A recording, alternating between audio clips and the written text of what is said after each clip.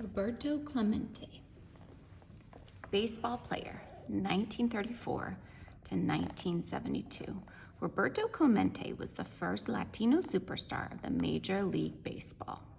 He racked up lots of firsts in his 18 Major League seasons. First Latino starting player to help win a World Series in 1960. First Latino to receive a National League Most Valuable Player award in 1966, and first Latino to receive a World Series MVP award in 1971. He even racked up a first after his tragic death in 1972. In 1973, he was the first Latino inducted into the Baseball Hall of Fame. Born in Carolina, Puerto Rico, he was the youngest of 7 children. His father was a foreman at a sugarcane plantation, and his mother was a laundress who did additional odd jobs at the plantation. Roberto's father used his truck to help deliver sand and gravel to building sites of construction companies. Roberto helped his father loading shovels into construction company trucks and earned money delivering milk to nearby stores. Roberto loved baseball and often went to watch games. Many Negro, that means black, league players and later major league players went to play winter ball. When he was 14, Roberto joined a softball team. "I loved the game so much," he wrote in a journal, "that even though our playing field was muddy and we had many trees on it, I used to play many hours every day."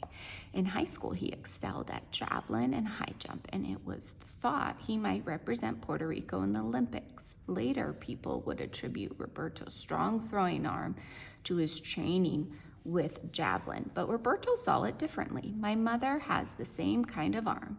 Even today at 74, he said in an interview in 1964, she could throw a ball from second base to home plate with something on it. I got my arm from my mother." By 18, Roberto was playing I don't even know how to say that, Sancture Crabbers of Puerto Rico Baseball League. He caught the eye of a scout for the Brooklyn Dodgers, but didn't sign until 1953. He was looking forward to playing in New York, where he knew many Puerto Ricans lived, but the Dodgers instead sent him to play for their farm team in Montreal. And in November of 1954 draft, the Pittsburgh Pirates, with the worst record in the major leagues during the past season, signed him. Roberto would play his whole career in the majors with the Pirates.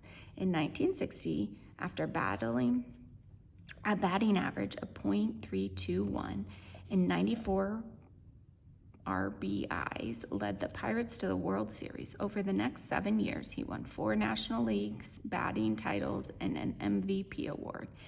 And he began what would end up being 12 consecutive Gold Gloves award seasons. In 1971, Roberto led the Pirates back to the World Series and was named the MVP of the series. The year after that, he reached his 3,000th career hit. Throughout his career, he stood up for himself and other Latino players who were routinely accused of being lazy and faking injuries. He also worked to get Latino players the recognition he felt they deserved, but weren't getting. Roberto made a point to return to Puerto Rico to hold baseball clinics and play for and then manage Puerto Rican league teams during the winter season. He also was there when he heard about the massive earthquake that devastated Managua, Nicaragua's capital city, on December 23, 1972. He raised money and purchased food and medicine to fly into Nicaragua in humanitarian relief. On New Year's Eve, he was on a cargo plane full of supplies headed to Nicaragua when it crashed off Puerto Rican coast. Everyone on board died. Roberto's body was never found. The Baseball Hall of Fame waived its usual 5-year waiting period and inducted Roberto after his death. Felipe Alou, the longtime NBL player, coach, and manager, hailed Roberto as our Jackie Robinson, in acknowledgement of the path he forged for Latino players. Beloved as As much for his humanitarian efforts as for his baseball skills, Roberto is an enduring source of pride for Puerto Ricans everywhere.